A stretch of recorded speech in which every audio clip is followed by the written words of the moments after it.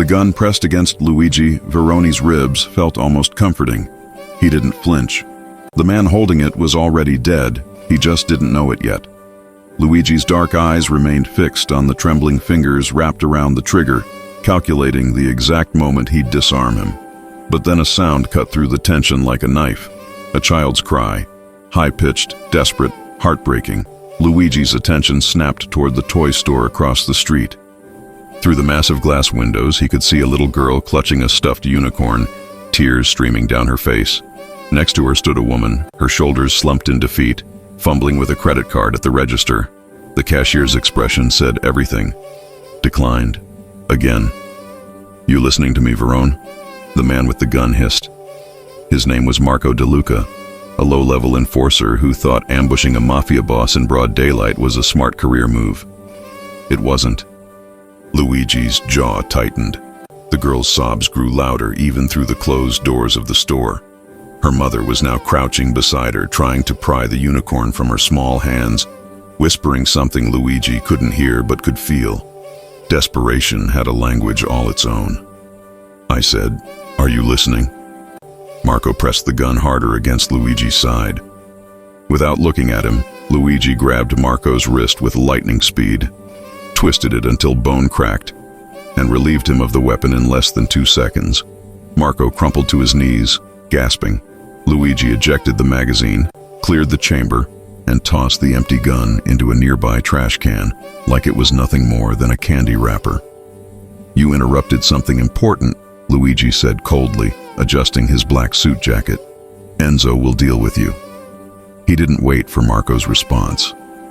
Luigi's polished shoes clicked against the pavement as he crossed the street, his focus entirely on the toy store. Inside, the scene was even worse up close. The little girl, maybe 4 years old, had chocolate-brown curls that bounced as she sobbed. Her mother looked exhausted, the kind of tired that came from working 3 jobs and still coming up short. Her blonde hair was pulled back in a messy ponytail, and her blue eyes were red-rimmed. "I'm sorry, sweetie," the woman whispered, her voice breaking. "Mommy will get it for you next week, I promise." "But it's my birthday," the girl wailed. "You promised today." The mother's face crumbled. She pulled her daughter close, hiding her own tears in the child's hair. The cashier, a middle-aged woman with too much makeup and not enough patience, tapped her nails on the counter. "Ma'am, I need you to either pay or put the item back," she said flatly. Luigi stepped forward. His presence immediately shifted the energy in the room. He was 6'3" of controlled power, with the kind of face that made people either trust him completely or fear him instinctively. Today, it was the latter. The cashier's eyes widened. The mother looked up, startled, still holding her crying daughter. "How much?" Luigi's voice was smooth, authoritative, the kind that expected immediate answers. "Excuse me?" The cashier blinked. "The unicorn." "How much?" "Sir, this is between me and this customer." Luigi pulled out a black leather wallet and placed a crisp $100 bill on the counter. Then another. And another. He didn't stop until there were 5 bills spread out like a fan. "Keep the change," he said. "Ring it up." The mother stood slowly, confusion and pride battling across her features. "I can't accept."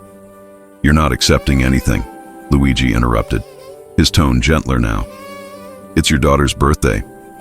She deserves her unicorn." The little girl had stopped crying, her big green eyes fixed on Luigi like he was some kind of superhero. Her mother opened her mouth to protest again, but Luigi was already looking at the child. "What's your name?" he asked, crouching down to her eye level.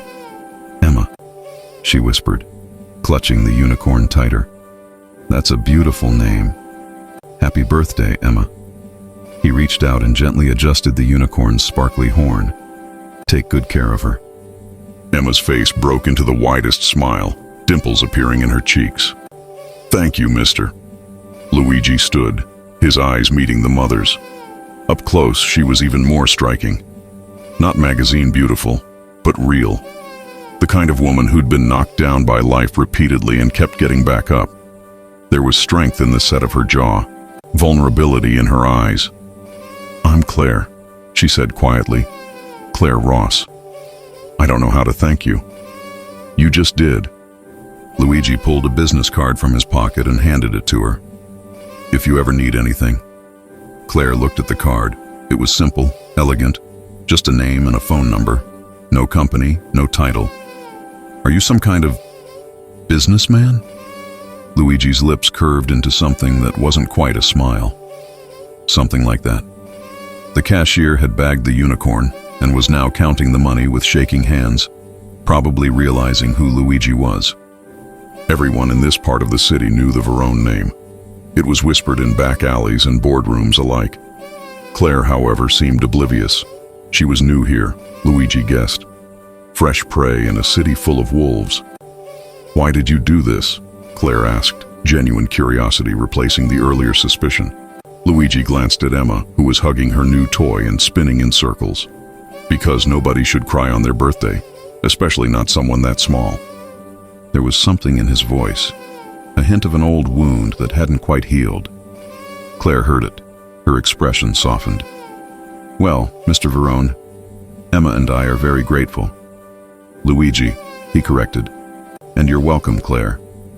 The way he said her name made something flutter in her chest, which was ridiculous. She'd just met this man, this incredibly handsome, mysterious, slightly dangerous man who'd appeared out of nowhere and saved her daughter's birthday. She clutched the business card tighter. "Come on, baby," Claire said to Emma, taking her hand. "Let's go celebrate." As they walked toward the door, Emma turned back and waved at Luigi. He waved back, something warm expanding in his chest. It had been a long time since he'd felt anything besides cold calculation. The door chimed as they left. Luigi watched through the window as Claire buckled Emma into a car seat in an old Honda Civic that had seen better days. The bumper was held on with duct tape. "Mr. Verone?" The cashier's nervous voice pulled him back. "I didn't realize it was you. I'm so sorry if I was rude." "You were rude to them, not me," Luigi said, his voice dropping to ice. "Next time someone's card declines, show some compassion, understood?" She nodded frantically. "Yes, sir. Of course, sir." Luigi left without another word. Outside, his black Mercedes was idling at the curb, his driver Enzo behind the wheel. Enzo was a mountain of a man, built like a professional wrestler, with a scarred face that told stories he never spoke aloud. He'd been with Luigi for 15 years. "Boss, Marco's been dealt with," Enzo said as Luigi slid into the back seat. "He's on his way to the docks." "Good." Luigi loosened his tie, his mind still on Claire and Emma. Find out everything about Claire Ross, where she works, where she lives, why her card was declined. Enzo's eyebrows rose slightly. In all the years he'd worked for Luigi, his boss had never shown interest in anyone. Women came and went, transactions more than relationships. This was different. "You want protection on her?" Enzo asked carefully. Luigi stared out the window at the old Honda pulling into traffic. "Not yet, just information. And Enzo, be discreet." "Always am, boss."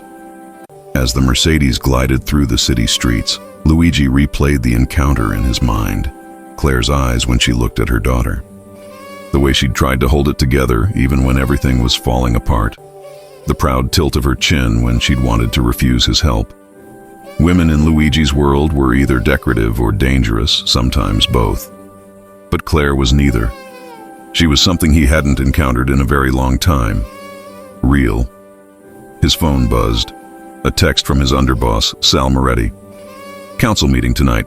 The Bratva wants to talk territory." Luigi typed back a single word. "Later." Sal would be confused.